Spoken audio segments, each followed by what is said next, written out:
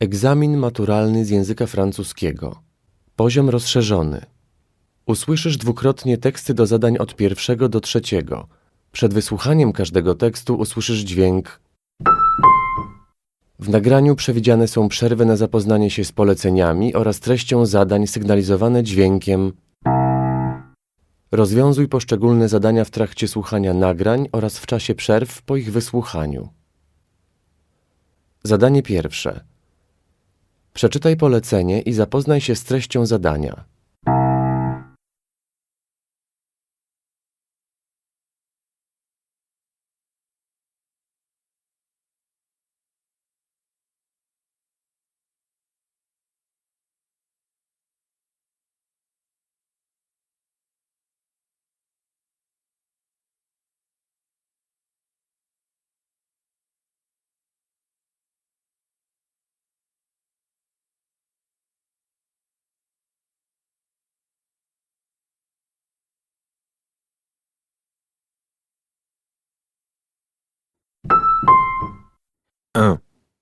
Mon fils et moi, nous rentrons de vacances plus tôt que prévu, de nuit.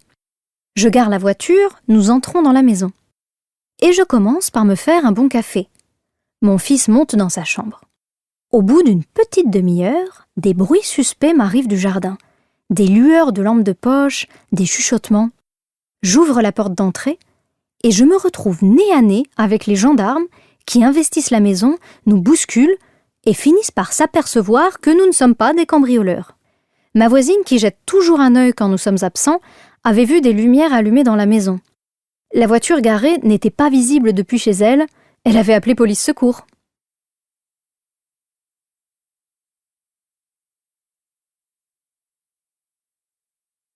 Wysłuchaj nagrania jeszcze raz. Mon fils et moi, nous rentrons de vacances plus tôt que prévu, de nuit. Je gare la voiture, nous entrons dans la maison. Et je commence par me faire un bon café. Mon fils monte dans sa chambre. Au bout d'une petite demi-heure, des bruits suspects m'arrivent du jardin. Des lueurs de lampes de poche, des chuchotements. J'ouvre la porte d'entrée et je me retrouve nez à nez avec les gendarmes qui investissent la maison, nous bousculent et finissent par s'apercevoir que nous ne sommes pas des cambrioleurs. Ma voisine, qui jette toujours un œil quand nous sommes absents, avait vu des lumières allumées dans la maison. La voiture garée n'était pas visible depuis chez elle, elle avait appelé police secours.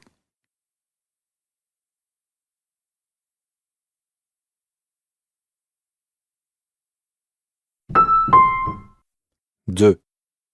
Les produits de beauté de marque sont parfois hors de prix alors qu'il est possible de fabriquer un bon produit chez soi, par exemple à base de chocolat.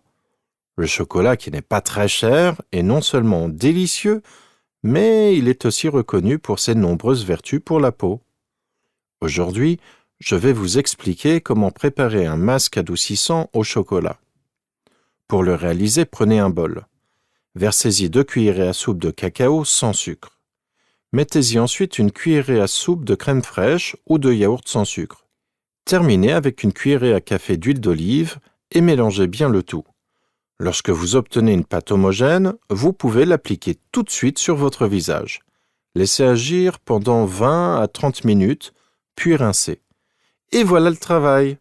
Sentez comme votre peau est plus douce et lisse.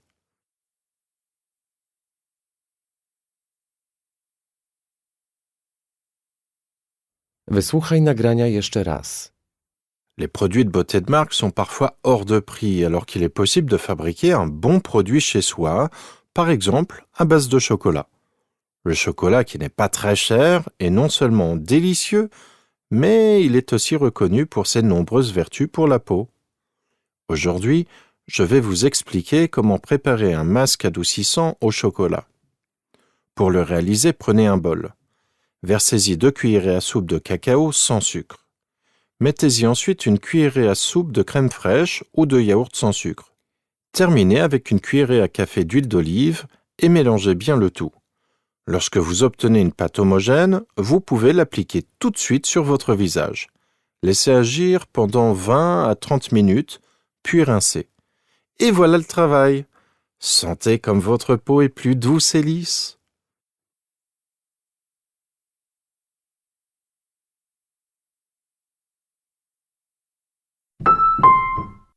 3. Combien de fois avez-vous souri aujourd'hui? 10 fois, 50 fois, 100 fois? Si vous n'arrivez pas à calculer, c'est bon signe. Quant aux enfants, n'essayez même pas.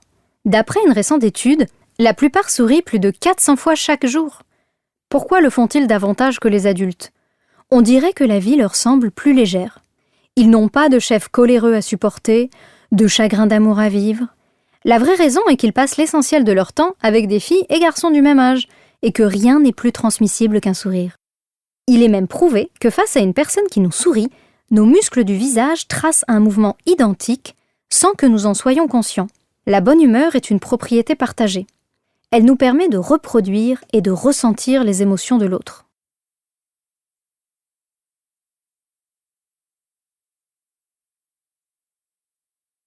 Wysłuchaj nagrania jeszcze raz. Combien de fois avez-vous souri aujourd'hui? 10 fois, 50 fois, 100 fois? Si vous n'arrivez pas à calculer, c'est bon signe. Quant aux enfants, n'essayez même pas. D'après une récente étude, la plupart sourient plus de 400 fois chaque jour. Pourquoi le font-ils davantage que les adultes? On dirait que la vie leur semble plus légère. Ils n'ont pas de chef coléreux à supporter, de chagrin d'amour à vivre. La vraie raison est qu'ils passent l'essentiel de leur temps avec des filles et garçons du même âge, et que rien n'est plus transmissible qu'un sourire.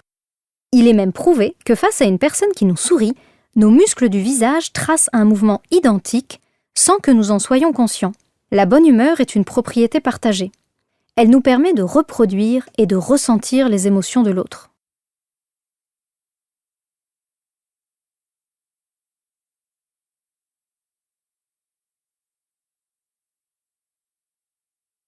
Zadanie drugie. Przeczytaj polecenie i zapoznaj się z treścią zadania.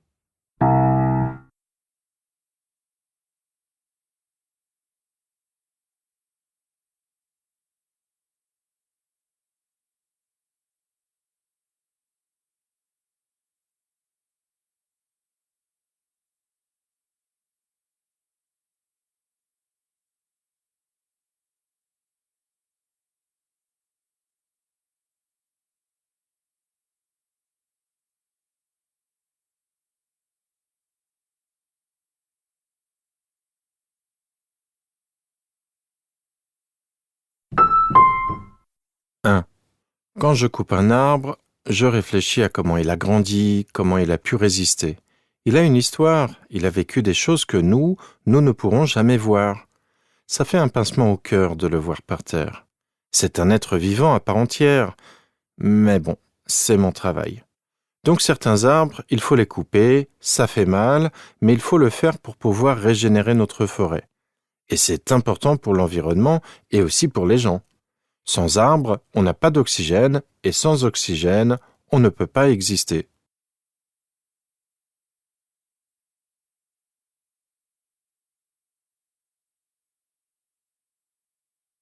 Deux. Planter un arbre n'est pas compliqué si on possède un petit bout de terrain. On peut le faire pour récolter des fruits, pour l'admirer au moment de la floraison ou pour profiter de son ombre. Planter un arbre est à la fois une façon de se projeter dans le futur, et donc un geste plein d'espoir, et un beau moyen de comprendre ce que sont les choses qui poussent. Que ce soit pour favoriser la biodiversité ou pour produire des fruits, l'automne est le moment idéal pour le faire.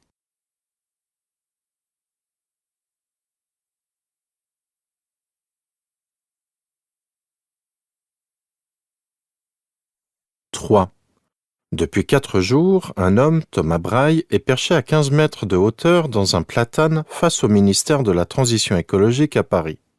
Il entend ainsi protester contre des coupes d'arbres prévues dans la ville où il vit, dans le Gers, où la municipalité veut abattre 25 platanes de 120 ans.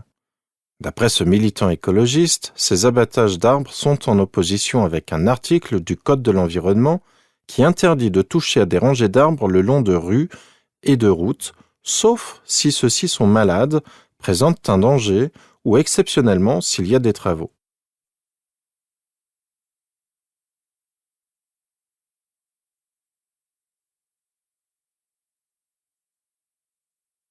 Quatre. À l'origine, c'est Henri II qui, en 1552, a ordonné de planter des ormes tout le long des voies du royaume afin de fournir du bois de haute qualité pour les supports de canons et la construction de bateaux. Au XVIIe siècle, Sully, ministre d'Henri IV, encourageait aussi ces plantations. Pour les gouvernements successifs, cela permettait d'avoir du bois à moindre coût, car la bordure de terrain appartenait à l'État. Les arbres délimitaient espace privé et espace public et stabilisaient la chaussée. En 1895, les routes nationales françaises comptaient ainsi près de 3 millions d'arbres.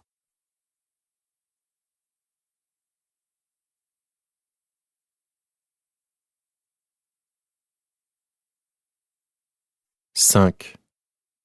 Je me souviens de toutes ces fois où j'allais au parc près de chez moi. Je connaissais un coin secret avec un banc où je restais assis des heures sans rien faire. Je ne réfléchissais à rien, je vidais mon esprit. L'atmosphère était très paisible, j'entendais juste les oiseaux et le bruit du vent dans les arbres. Mais ce n'est plus pareil maintenant. Mon banc n'est plus là, les arbres ont été coupés et le petit chemin en terre remplacé par une route. Ce petit coin secret est devenu comme le reste, impersonnel et bruyant.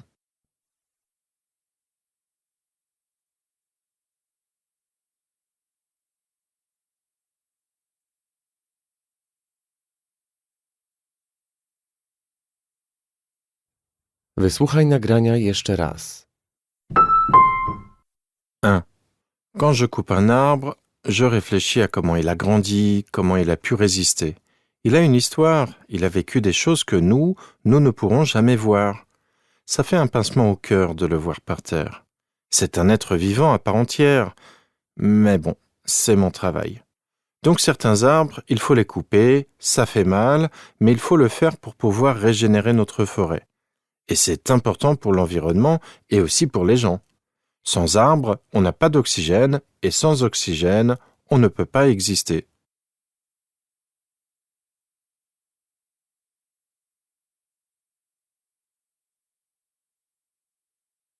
Deux. Planter un arbre n'est pas compliqué si on possède un petit bout de terrain. On peut le faire pour récolter des fruits, pour l'admirer au moment de la floraison ou pour profiter de son ombre. Planter un arbre est à la fois une façon de se projeter dans le futur, et donc un geste plein d'espoir, et un beau moyen de comprendre ce que sont les choses qui poussent. Que ce soit pour favoriser la biodiversité ou pour produire des fruits, l'automne est le moment idéal pour le faire.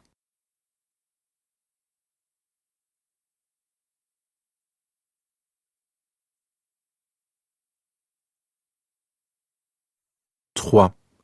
Depuis 4 jours, un homme, Thomas Braille, est perché à 15 mètres de hauteur dans un platane face au ministère de la Transition écologique à Paris.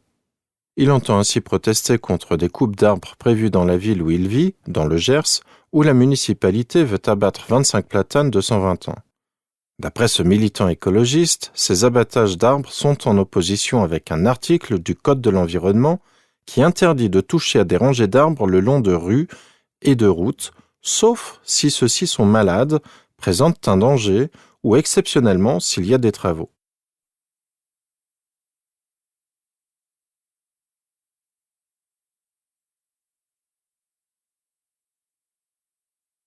« 4.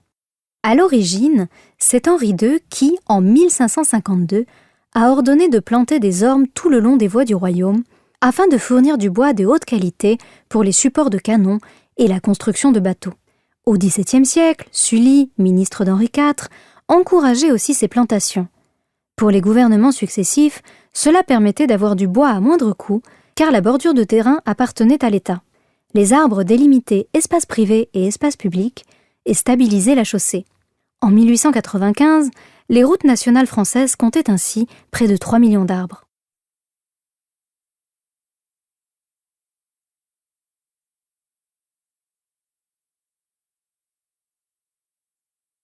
« 5. Je me souviens de toutes ces fois où j'allais au parc près de chez moi.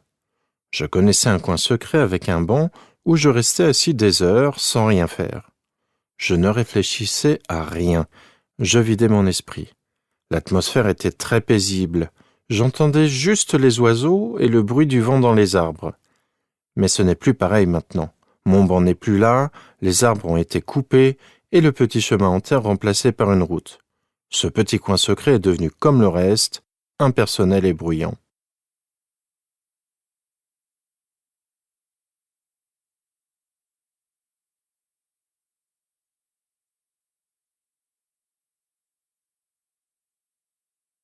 Zadanie trzecie. Przeczytaj polecenie i zapoznaj się z treścią zadania.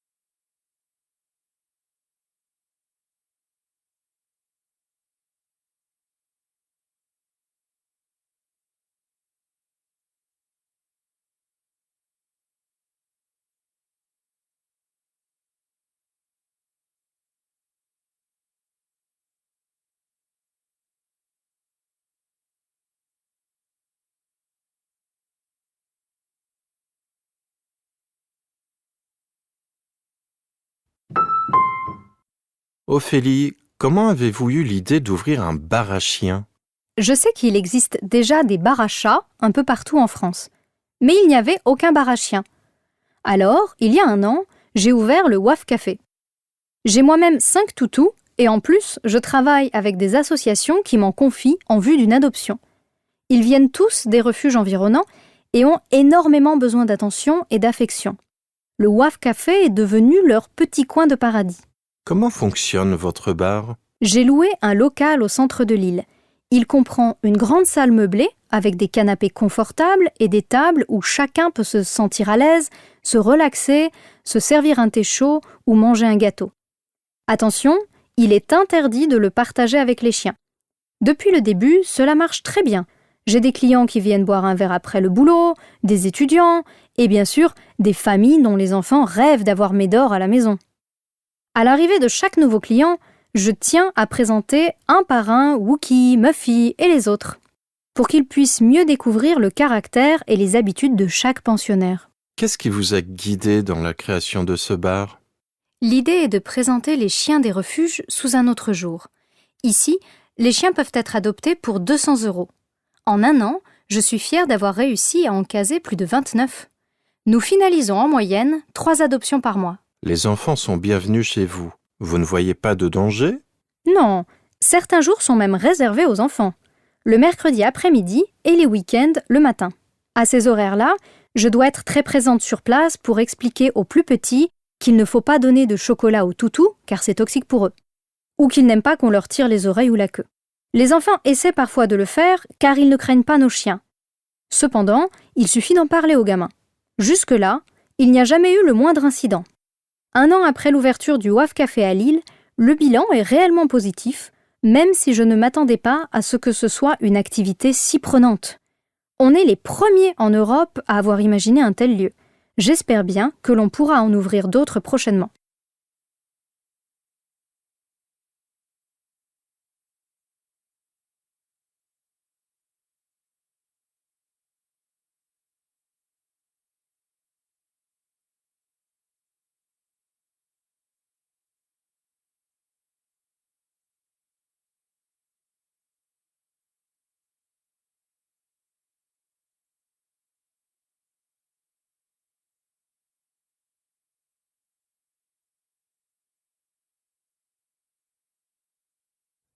Wysłuchaj nagrania jeszcze raz. Ophélie, comment avez-vous eu l'idée d'ouvrir un bar à chiens? Je sais qu'il existe déjà des bars à chats un peu partout en France, mais il n'y avait aucun bar à chiens. Alors, il y a un an, j'ai ouvert le WAF Café. J'ai moi-même 5 toutous et en plus, je travaille avec des associations qui m'en confient en vue d'une adoption.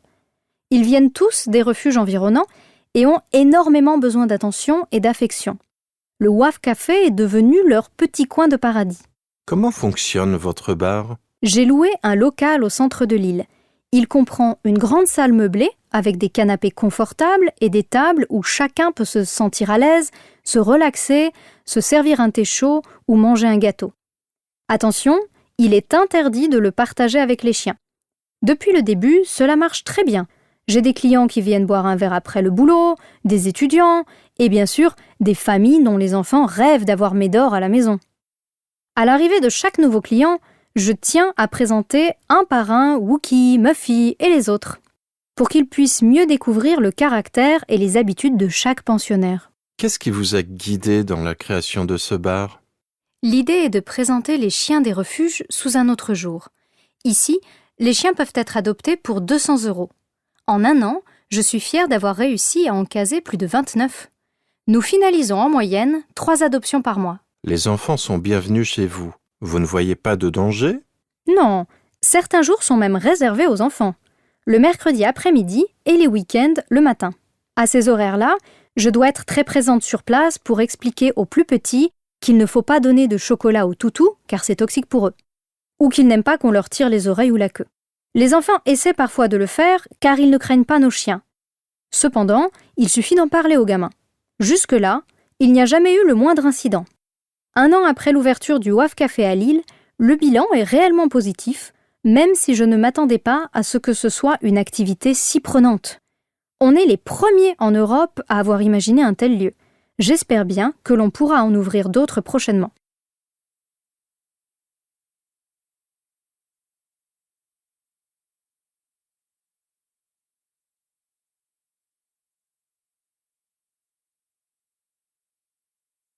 Czas przeznaczony na tę część egzaminu minął.